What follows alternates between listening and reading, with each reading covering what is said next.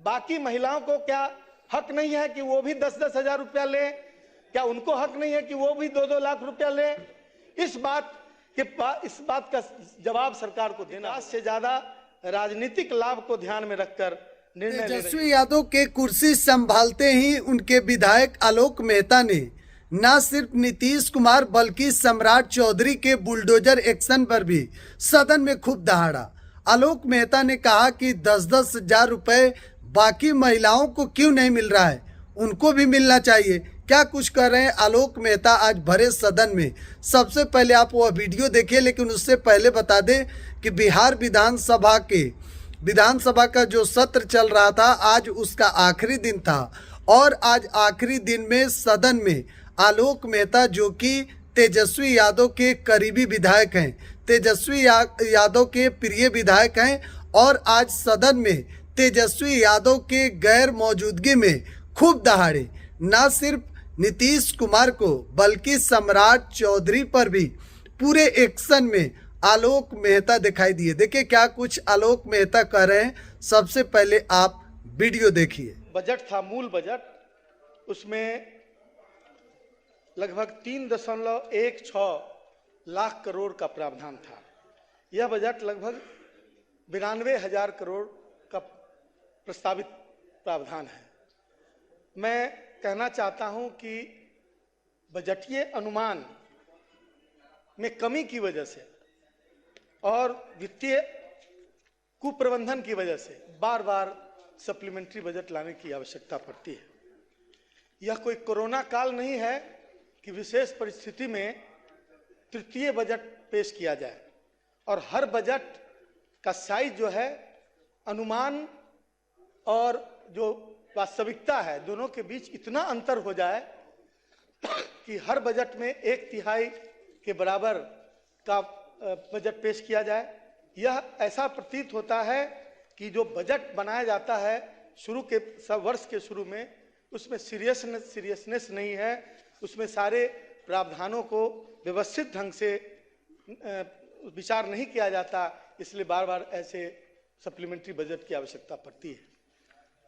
Budget बढ़ाने के पीछे और भी कारण है, जैसे जो योजनाएं लागू हुई उन योजनाओं में यदि देर होती है तो उससे वित्तीय भार सरकार पर पड़ता है। ऐसा लगता है कि यह कॉमन प्रैक्टिस हो गया है कि किसी भी योजना का बजट पास कर दो और उसके बाद निर्धारित समय सीमा तक वो पूरा न करे और उसके बाद उसको एक्सटेंड करके और उसका बजट बढ़ा दो।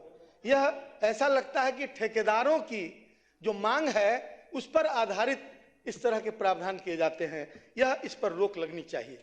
महोदय, सरकार द्वारा द्वितीय अनुपूरक बजट मांग पेश करना यह दर्शाता है कि वित्तीय मामले में सरकार किस तरह कैजुअल अप्रोच अपना रही है। प्रथम अनुपूरक बजट मांग के बाद दूसरा अनुपूरक बजट इस बात का प्रमाण है। मूल बजट की राशि जिसमें कौन सी ऐसी परिस्थिति उत्पन्न हो गई कि बार बार बजट लाने की आवश्यकता पड़ गई।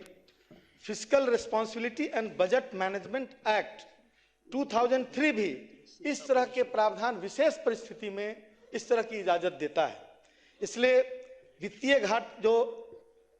वित्तीय निर्धारित सीमा के अंदर यदि वित्तीय घाट ये अतिरिक्त व्यय FRBM एक्ट में फिस्कल डेफिसिट वित्तीय घाटा की निर्धारित सीमा के अंदर है, अगर सकल घरेलू उत्पाद GDP के 3% की सीमा से अधिक है तो क्या आज कोरोना या इस तरह की आपदा वाला समय है?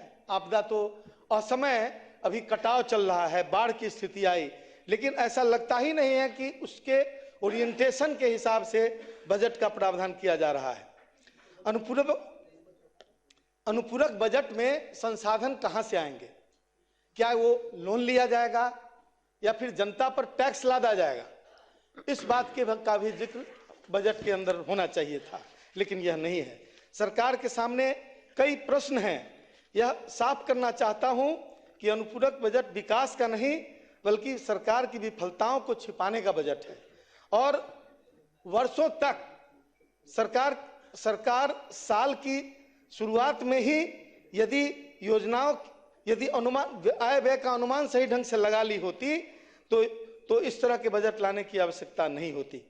स्थापना एवं प्रतिबद्धता व्यय में वृद्धि का औचित्य समझ में आता है, लेकिन जहां तक योजनाओं पर व्यय का सवाल है, यह तार्किक प्रतीत नहीं होता। अतिरिक्त सरकार कहती है कि इसमें योजनाओं के लिए अतिरिक्त राशि मांगी गई है, लेकिन मैं पूछना चाहता हूं कि पिछले बजट में आवंटित राशि का क्या हुआ। जहां प्रगति रिपोर्ट नगण्य है, जहां एक एक फाइल महीनों तक धूल फांक रही है, वहां नई राशि का मांगना जनता के आंखों में धूल झोंकने जैसा है। सबसे बड़ी बात है कि सरकार वित्तीय अनुशासन में फेल हो गई है, राजस्व संग्रह कमजोर है, केंद्र पर निर्भरता बढ़ रही है और सुधारों पर कोई ध्यान नहीं। क्या यही सुशासन है? क्या यही विकास की परिभाषा है?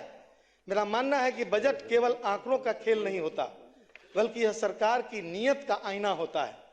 लेकिन यह अनुपूरक बजट से स्पष्ट दिखाई पड़ता है कि सरकार के पास न दृष्टि है, न योजना है, न जिम्मेवारी है दिखाई पड़ रही है। राज्य के स्कूलों के हालात खराब हैं, शिक्षकों की कमी, अस्पताल में दवाओं की सुविधा में कमी, लेकिन बजट में इन जरूरतों को बहुत प्राथमिकता नहीं दी गई है। पिछले आवंटनों का हिसाब नहीं दिया गया, न ही निगरानी व्यवस्था को मजबूत की गई, न जवाबदेही।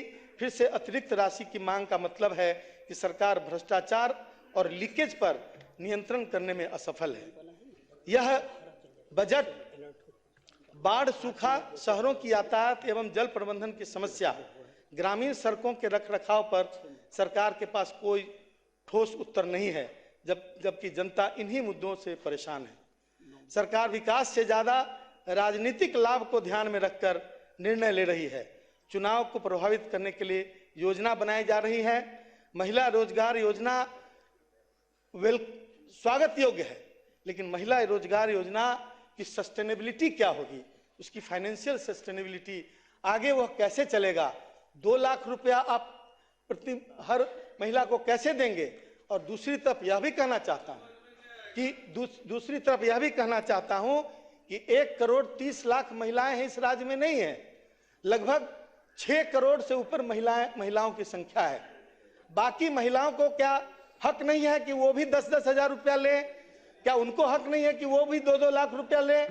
इस बात का जवाब सरकार को देना होगा, क्योंकि बिहार की महिलाएं, जो बची महिलाएं हैं, वो भी इस बात के लिए अपेक्षा करती है। इसलिए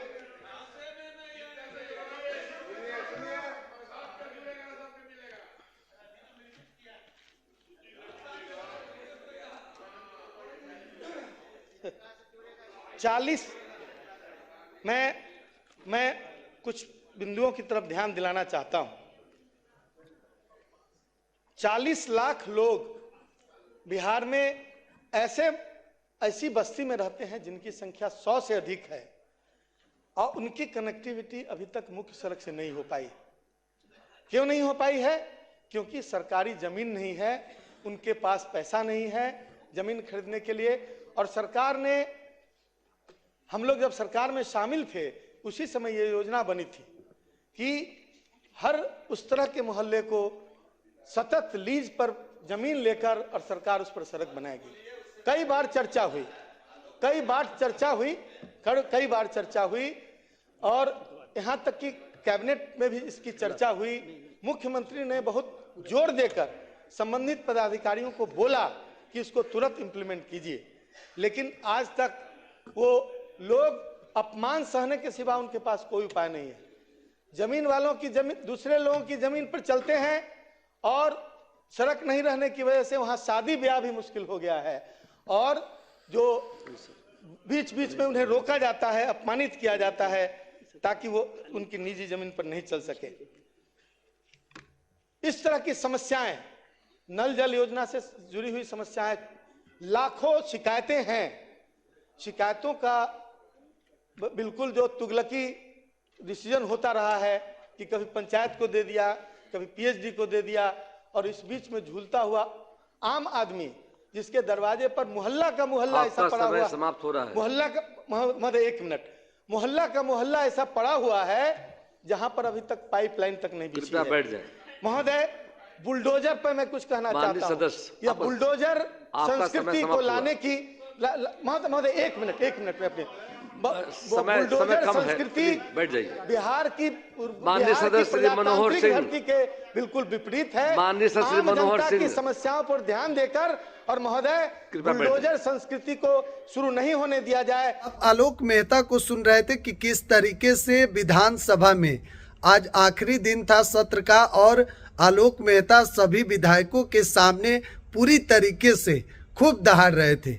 आलोक मेहता ने 10-10 हजार रुपए को लेकर भी कहा कि बिहार में जो बाकी महिलाएं हैं उनको भी तो 10-10 हजार 2 लाख रुपया मिलना चाहिए। इस पर सरकार को जवाब देना चाहिए। आलोक मेहता ने साफ तौर पर कहा बुलडोजर एक्शन को लेकर भी कि आखिर बुलडोजर चल रहा है उस पर हमारे यह संस्कृति नहीं है। कई तरह के सवाल जो है आज आलोक मेहता ने सदन में उन्होंने रखा तमाम विधायकों के सामने, स्पीकर के सामने। आपकी क्या राय है इस पूरे वीडियो के बारे में कमेंट बॉक्स में राय जरूर दीजिएगा। बिहार 100 आप देख रहे हैं, धन्यवाद।